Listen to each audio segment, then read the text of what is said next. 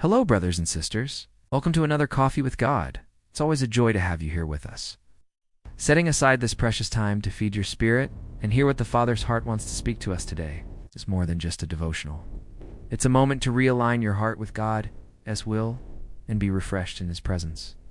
Today's theme is the starting point. I will make you into a great nation, and I will bless you. I will make your name great, and you will be a blessing. I will bless those who bless you, and whoever curses you, I will curse. And all peoples on earth will be blessed through you. Genesis 12:2, 2-3. God has dreams, plans, and unique callings for each of us.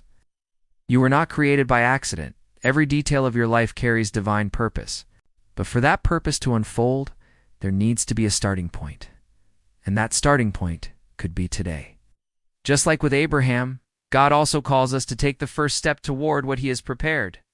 Abraham was chosen to become the father of a great nation, but before seeing anything fulfilled, he had to leave his comfort zone. God asked him to leave his family's land and walk into the unknown. He had no map, no guarantees, and no answers. All he had was a promise, ... and faith. Faith was what moved him forward. It gave him the strength to obey, even without knowing what was ahead. And that is exactly what God expects from us, a faithful response to what He has spoken. So often we want everything to be aligned and crystal clear before we move. We want to have all the guarantees before we take that step. But God usually works the other way around. He asks us to walk first and reveals the path as we go. What can we learn from Abraham's journey? First, that the fulfillment of God's promises begins with obedience. It's not enough to know the Word, attend church, or read devotionals if we're not willing to obey what God is saying. Second, that faith is not the absence of fear. It's the choice to move forward despite the fear. Abraham could have hesitated, could have overanalyzed everything and stayed where it felt safe, but he chose to obey. And that changed everything. Maybe that's where you are right now. You feel God calling you to something new, but the unknown scares you. You can't see the whole picture. You don't know what's coming, but I want to remind you, it was God who called you. Okay, if He called you, He will provide everything you need. Sometimes the new land God is calling you to has nothing to do with geography. It might be a change in mindset, a decision to let go of insecurity, a step toward healing, or a bold move toward an old dream or new calling. Today, understand this. The starting point is in your hands. You don't need to have everything figured out. You just need to believe, obey, and begin.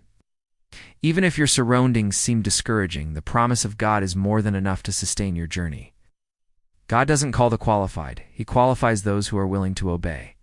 Your attitude today could unlock the miracle you've been waiting for. So position yourself with faith. Rise up with courage. And tell the Lord, here I am. I'm ready to take the first step. Today's quote to meditate on is, your attitude will determine the fulfillment of your miracle. Let that truth settle in your heart. Sometimes, all it takes to set things in motion is your willingness to say yes. God has promises for your life, for your home, for your future, but He's waiting for you to move. And once you do, get ready. You'll see doors open, resources appear, people be sent, and strategies revealed. Because the God who calls is also the God who sustains. Today, I declare peace over your life, over your family, over our nation, and over every nation on this earth, all for the glory of Jesus. If this message spoke to your heart, don't keep it to yourself. Share it with someone. Be a messenger of faith, hope, and new beginnings.